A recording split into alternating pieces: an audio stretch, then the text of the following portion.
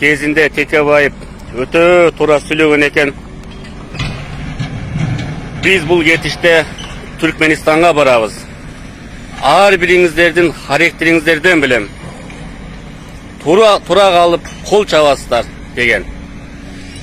Биз Түркменистанга баратпайлы барып калдык уже.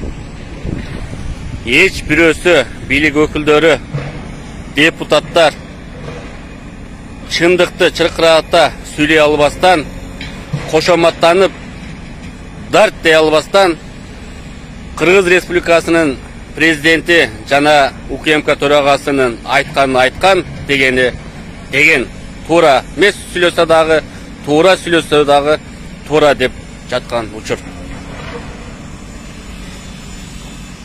Мен карапайым элдин сөзү, мнениясын, пикирин айта турган болсом, азыркы учурдагы бийлик туура эмес жолго түшүп алышты. Баш көтөргөнүн баса калып камап атат, коркутуу үркүтүүлөр болуп атат деген эл арасында сөздөр кенен жүрүп жатат. Баш көтөрүп сүйлөөдөн коркуп, сүйлөй албай, өздөрүнүн оюн пикирин айта албаган элдер көп арабызда. Же болбосо өздөрүнүн коопсуздугун ойлогондор. Мен Кыргыз Республикасынын президенти Садыр Нуркожоевичке кайрылат элем. Урматтуу Садыр Нуркожоевич. Биз кыргыз эли ушунчалык сабатсыз, ушунчалык төмөн калк эмеспиз.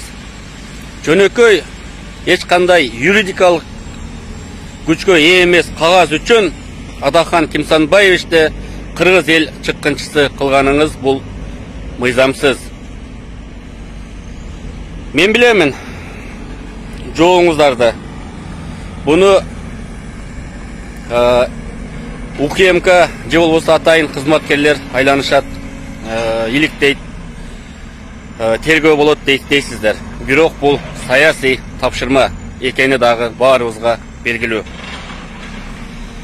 Урматтуу Садыр Нуркожоевич, мен сизден суранып, өтүнүп, Кыргыз Республикасынын жараны катары суранып кетет элем. Эч кандай юридикалык күчкө ээ эмес кагаз үчүн бирөөлөрдү камап, ички саясатты же болбосо өзүңүздөрдүн бийлигиңиздерди күчтөгөндүн ордуна башка да толтура кызматтар, кылынбай жаткан иштер толтура жатат.